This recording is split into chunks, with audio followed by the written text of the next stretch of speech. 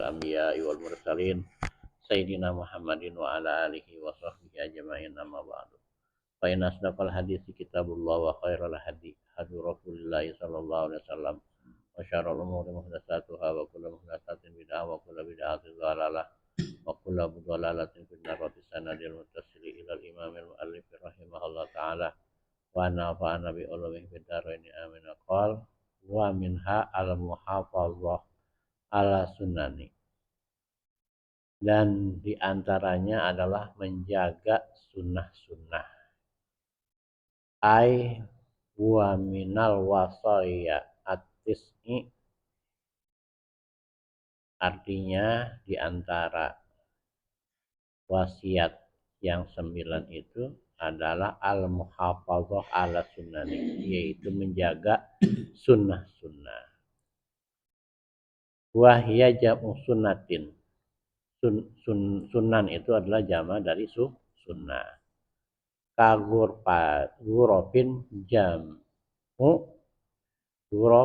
gurfatin. Ya, kata gurof itu jama dari gurfah.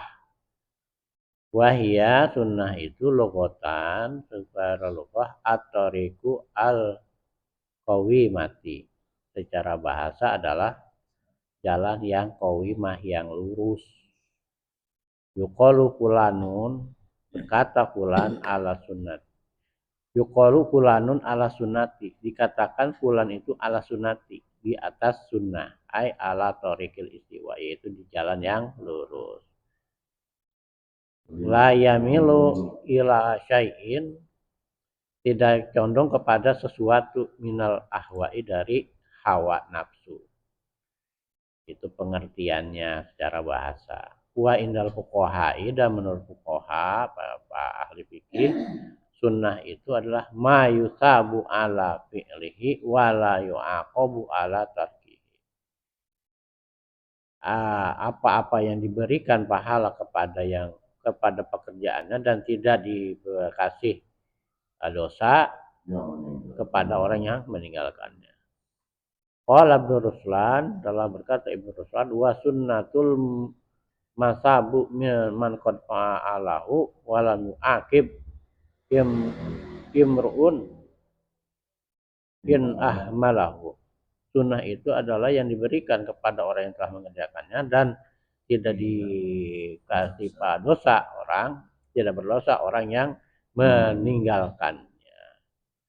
Wa indal muhaddisina, dan menurut para ahli hadis, sunnah itu adalah aqwaluhu sallallahu alaihi wasallam wa af'aluhu wa ahwaluhu. Perkataan, pekerjaan, dan ahwal, kebiasaan-kebiasaan Nabi, kondisi Nabi, perilaku, semua perilaku Nabi Muhammad sallallahu alaihi wasallam. Itu pengertian sunnah menurut ahli hadis, ya? Menurut para fuqaha dan para ahli hadis. Nah, sekarang tentang ini gimana nih kajian kita ini? Hafiz ala sunanin wa adabin atat maksuratan an khairin man ja'a mursala. Jagalah olehmu sunnah-sunnah dan adab-adab yang datang secara maksur dari kebaikan yang datang secara datang sebagai utusan. Ya, ini bahasanya bahasa nazom, ya. Bahasa ya narasinya yakni hafiz ayyuhas saliku at-talibu ridwallahi al-muta'attis li taatillah wa taqwa ala sunani wa taqwa ala sunanin wa adabin. Yakni berjagalah olehmu wahai para pendaki spiritual, ya, yang mencari ridho Allah, yang merasa haus dengan ketaatan kepada Allah dan ketaatannya, apa yang dijaga? Ala sunanin wa adabin, menjaga sunnah-sunnah, wa adab dan adab. Atap maksuratan, yang datang akan memberikan bekas. Ma'atat maksuratan, yang datang secara maksur. Maksur itu artinya jelas datangnya, min khairil mursalin, dari sebaik-baik utusan sallallahu alaihi wasallam, Nabi Muhammad sallallahu alaihi wasallam, wa ala alihi wa ashabihi ajmain, ya, para sahabatnya semuanya. Wazalika, dan hal itu, li anna kulla wahidatin minhuma, karena sesungguhnya setiap dari satu darinya taksiran, akan memberikan taksiran fi tanwiril qalbi wasiron, apa namanya, pelaksanaan sunnah atau menjaga sunnah itu akan memberikan pengaruh dalam memberikan penerangan kepada hati dan sir. Sir itu kelembutan jiwa, ya, ya, secara letternya begitu, karena nanti sir itu ada kajian tersendiri dalam ilmu tasawuf. Beda antara kolab dengan sir. Kolab itu hati, ya, hati, ya, tapi di hati itu ada sesuatu yang halus. Ada yang lebih halus lagi dari hati, itu namanya sir. Ya. Enggak, ini kalau fuad itu kan kaitannya dengan ini, ya. Fuad, kolab itu sama dengan fuad, ya. Kolab dan fuad itu kaitannya dengan inian, ya, dengan kategori filosofis, ya. Nah, kalau kategori tasawuf itu di atasnya kolab itu namanya sir, gitu ya. Ya, nanti mudah-mudahan kita ketemu pembahasan tentang kolab dan sir. Apa bedanya kolab dengan sir? Ya. Alhamdulillah Bapak Ibu sekalian, kita bisa melanjutkan kajian kita kitab Kifayatul Atqiya. Ini membahas tentang apa namanya, cara kita untuk bisa wusul, untuk bisa sampai itu dalam pengertian secara spiritual, ya, sampai kepada Allah Subhanahu wa taala. Di sini disebutkan satu di antaranya adalah, yang lain kan tadi disebut, ya. Yang lalu adalah belajar, ya, belajar ilmu agama, ya. Nah, yang sekarang ini adalah menjaga sunnah-sunnah. Ya, kalau yang di atas itu masalah pengertian, ya, sunnah itu apa dan sebagainya. Nah, dalam konteks kajian tasawuf ini, sunnah itu adalah, ya, sunnah-sunnah. Sunnah-sunnah itu yang, ya, ini lebih cocoknya kepada pengertian dalam pengertian fikih, ya. Nah, jadi bagi orang yang menginginkan wusul kepada Allah Subhanahu wa taala, sampai kepada Allah Subhanahu wa taala secara spiritual, tidak cukup hanya dengan mengerjakan fardu-fardunya saja. Gitu. Kalau fardu saja, orang yang mengerjakan fardu saja, ibaratnya itu cuma pulang modal, balik modal doang. Nah, sholat 5 waktu, puasa, zakat, haji, itu kan semuanya kewajiban-kewajiban. Yang semuanya itu, Mas Barono, kalau kita lakukan, ya, kita laksanakan dengan baik, itu istilah orang dagang mah baru pulang modal, belum dapat untung. Bagaimana supaya dapat untung? Dapat untung, dan tergantung untungnya mau banyak atau dikit, itu adalah dengan cara mengerjakan sunnah-sunnahnya, gitu ya. Setelah sholat, sebelum sholat fardu yang rawatib, kita laksanakan sholat sunnah. Nah, itu qobliyah subuh, qobliyah zuhur, qobliyah asar, ba'diyah zuhur, dan sebagainya, ya. Sholat tahajud, sholat duha, sholat apa lagi? Sholat suruh, sholat wudu, sholat taubat, pokoknya semua yang ada. Namanya isrof. Ya, sholatnya namanya sholat isrof. Jadi apa-apa yang Nabi ajarkan tentang ibadah-ibadah sunnah itu kita kerjakan. Gitu. Semuanya kan ada, tahajud memang ada hadisnya, apalagi duha ada hadisnya, qobliyah subuh ada hadisnya, dan semua. Jadi pekerjaan-pekerjaan sunnah kita lakukan. Kemudian juga apa namanya, puasa yang pokok mah kan cuma puasa Ramadan, ya, yang pokok tuh. Tapi bagi yang menghendaki apa namanya wusul, bisa dekat kepada Allah Subhanahu wa taala, selain puasa Ramadan dia juga puasa sunnah, Senin Kemis, Yaumul Bid'ah, kemudian puasa Daud dan sebagainya. Jadi semuanya itu dilakukan di samping dia mengerjakan ibadah-ibadah wajib yang fardu. Nah, itulah maksud dari kajian nazom yang itu hafiz ala sunnani dan seterusnya. Karena apa? Semua yang dilakukan itu akan taksiran fitanwiril qalbi wasirlon, ya.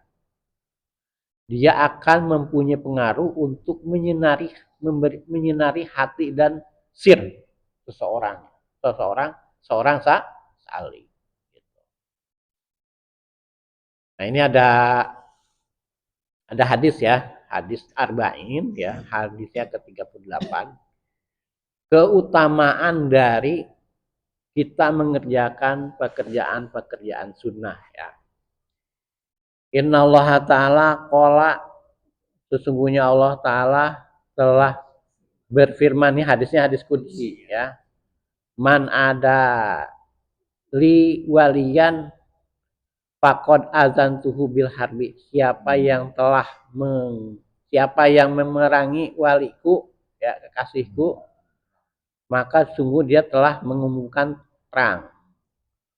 Wa ma taqarraba ilayya abdi bi syai'in ahabu ilayya mimma aftaratuhu, ya. Dan siapa yang mendekati kepadaku dengan sesuatu, maka dia mengerjakan fardunya. Itu tadi ya. Tahap pertama adalah kita mengerjakan fardu. Wala yazalu abdi yataqarrabu ilayya bin nawafili hatta uhibbahu. Nah, kalau dia si hamba tadi itu mendekatkan diri kepadaku dengan mengerjakan nawafil yang sunnah-sunnah, maka aku akan mencintainya. Itu Pak Kasira, kalau orang mengerjakan fardu dia baru tahap mendekatkan diri kepada Allah Subhanahu wa taala, tapi belum dicintai. Nah, orang bisa dicintai oleh Allah itu kalau dia mengerjakan an-nawafil yang sunnah-sunnah, sholat sunnah, sedekah sunnah, puasa sunnah, dan sunnah-sunnah yang lainnya. Fa iza ahbabtuhu kuntu sam'ahu. Ketika aku sudah mencintainya, maka aku akan menjadi pendengarannya. Allazi yasma'u bihi, yang dengan pendengarannya itu dia mendengar, gitu. Wa basaruhu allazi yubsiru bihi, dan menjadi penglihatan yang dia bisa melihat dengannya. Wa yadahu allati yabtishu biha, ya, dan tangan yang dia bisa memegangnya. Warijlahu allati yamshi biha, dan jadi kaki ya yang dia bisa berjalan dengannya. Wa ala in sa'altani la u'tiyannahu, dan jika dia meminta kepadaku maka niscaya aku akan berikan. Ya, pasti ya. Karena di sini pakai la u'tiyannahu, pakai lam taukid dan nun taukid. Jika dia minta kepadaku, maka pasti aku akan berikan.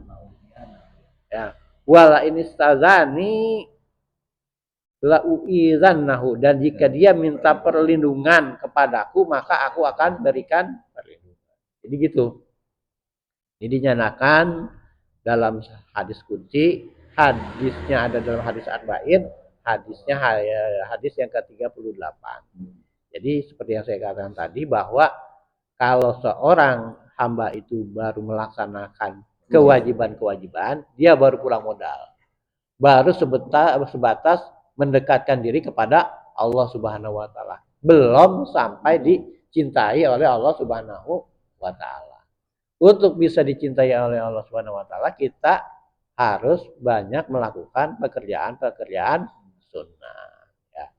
Yang ketika sudah mengerjakan sunnah, maka dia itu akan sedemikian dekat. Artinya begini, penggambaran bahwa aku menjadi pendengarannya, menjadi penglihatannya, menjadi tangannya, menjadi kakinya, itu untuk menggambarkan demikian dekatnya hamba tadi kepada Allah Subhanahu wa taala. Jangan diartikan letterlek ya. Dari tangan Allah bukan gitu. Iya. Saking dekatnya gitu kan. Seolah-olah bersama. Ya bukan seolah-olah, emang bersama, emang bersama. Karena kan Allah itu lebih dekat lebih dekat dibandingkan urat min hablil wari daripada urat leher kita gitu. Nah, itu bisa diperoleh kalau kita melaksanakan sunnah-sunnahnya. Ya. Dan ketika seorang tadi itu yang sudah demikian dekat minta kepada Allah, maka Allah pasti akan memberikan, pasti ya. Karena di sini bahasanya pakai la. Lamnya lam taukid, nunnya nun taukid. La u'tiyannahu. Dan kalau dia minta perlindungan, pasti aku akan lindungi. Gitu. Ya, jadi makanya ini yang kemudian orang sebut keramat ya. Jadi orang kalau udah sedemikian dekat kepada Allah Subhanahu wa taala, ibadahnya bukan main, bukan cuma yang fardu-fardu saja tapi yang sunnah-sunnah juga. Dia juga tinggalkan semua maksiat, maka itu yang kemudian orang sebutnya punya keramat ya. Punya keramat.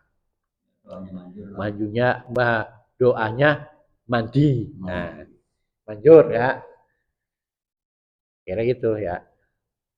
Wallahu a'lam bishawab. Barangkali ada pertanyaan dari Bapak Ibu yang online? Ya. Kalau mengerjakan sunnah itu kan ada yang kita kerjakan tapi kita dosa. Misalnya gimana? Misalnya seperti kita wudhu nih. Kan ada yang wudhu, ada sunat, ada wajib ya. Iya. Itu kalau kita waktunya udah mepet, waktu kita mau sholat udah mepet wajibnya.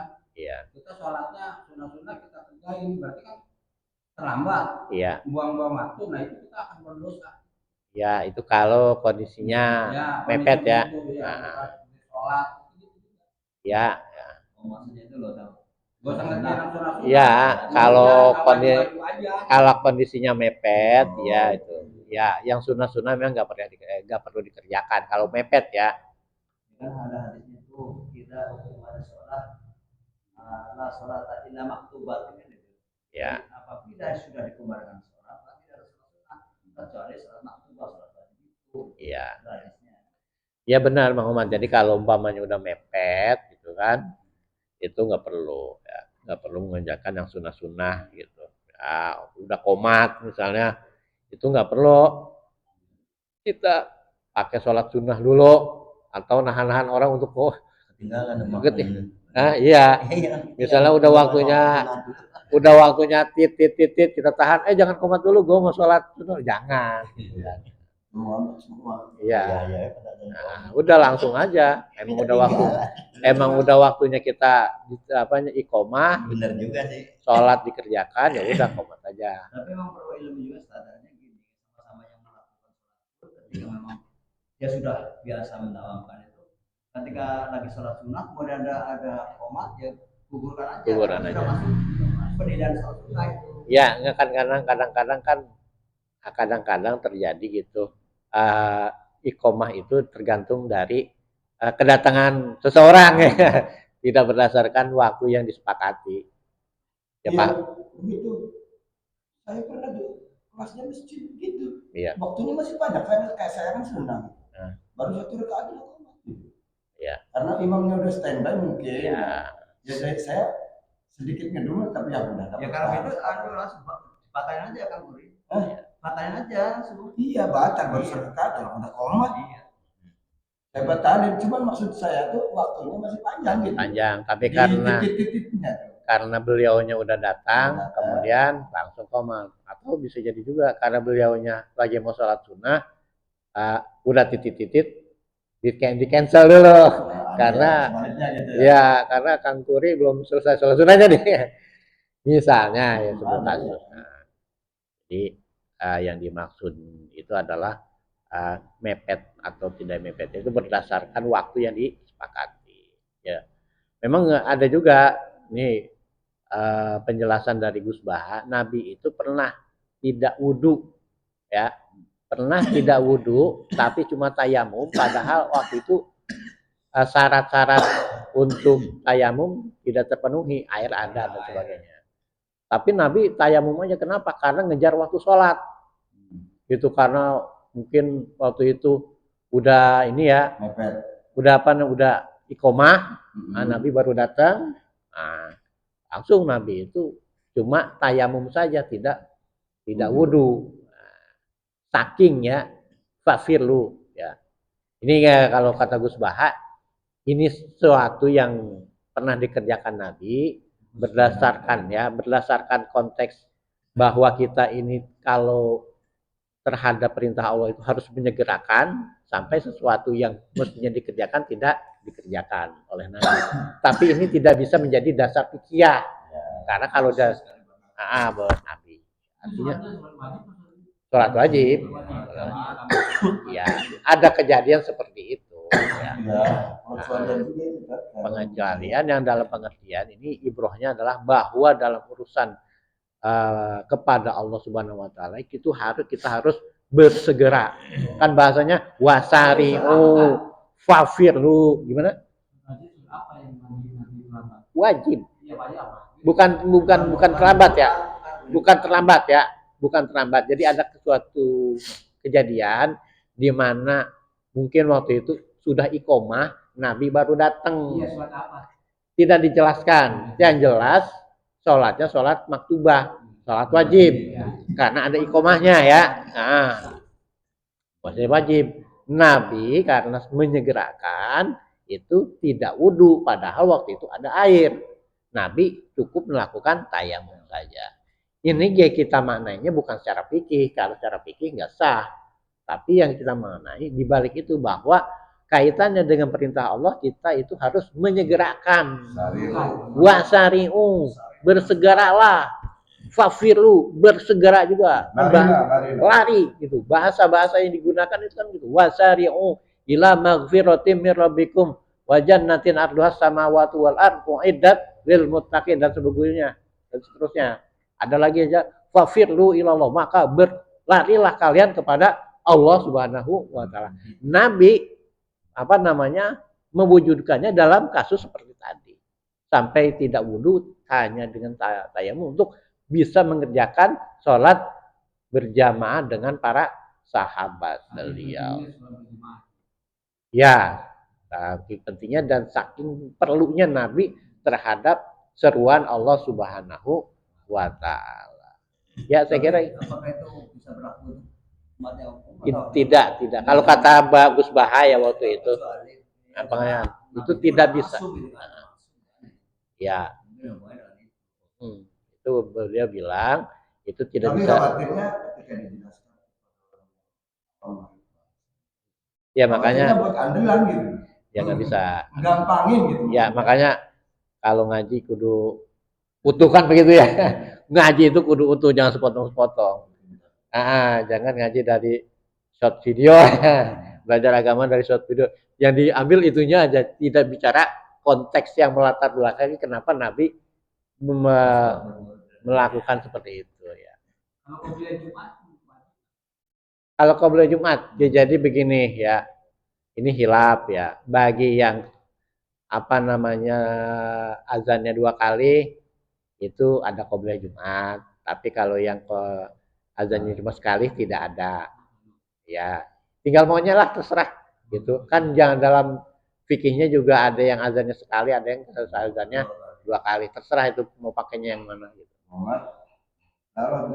Ya, saya kira itu Bang Omat ya. Ya.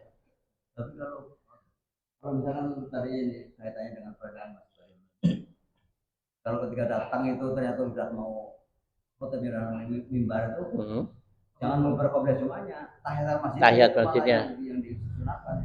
Karena pada saat itu Nabi sudah khotbah, dia salah satu sahabat karena dia beliau jamaah datang belakang, bangunlah sholat bareng itu. Padahal Nabi sedang khotbah itu. Ya. Jadi ada yang pernah dengar juga apabila khotib sudah membacakan ini khotib mimbar kita nggak perlu lagi sholat apa-apa, duduk aja. Ya kan. Ada yang ngomong begitu. Itu kaitannya dengan fadilah. Ya, jadi yang mana kira-kira? Ya jadi gini, Kak, tetap kalau khotib udah naik mimbar, kita baru datang gitu. Kita sholatnya sholat tahiyatul masjid, bukan sholat qobliyah Jumat, gitu ya. Tapi ada yang bilang duduk aja itu gimana langsung dosa. Ya nggak jadi masalah, tidak menjadi masalah. Datang langsung duduk tidak menjadi masalah, karena sholat tahiyatul masjid itu sendiri kan sunnah. Gitu. Wajib. Tapi kan yang duluan wajib dulu katanya gitu. Ya nggak juga. Ini sunnah dalam kewajiban. Cuma memang kalau dia datangnya udah udah khotbah, udah nggak masuk catatan malaikat lagi. Ya karena kan yang dapat nggak dapat telur acan, karena udah malaikat udah ikan nasi. Nggak, ikan nasi juga enggak. Ikan ikan teri juga nggak dapat. Udah ditutup, catatannya udah ditutup ke malaikatnya udah lapor pada Allah Subhanahu Wa Taala. Yang datang itu, iya Pak, teri juga nggak dapat, gitu. Kalau teri kan masih. Kali ya mas teman teri aja dah. Ya, saya kira itu saja. Wallahu a'lam bishawab. Subhanakallahumma wa bihamdika asyhadu an la ilaha illa anta astaghfiruka wa atubu ilaik. Billahi taufiq wal hidayah. Wassalamualaikum warahmatullahi wabarakatuh. Terima kasih Bapak Ibu yang sudah online. Saya undur diri dulu.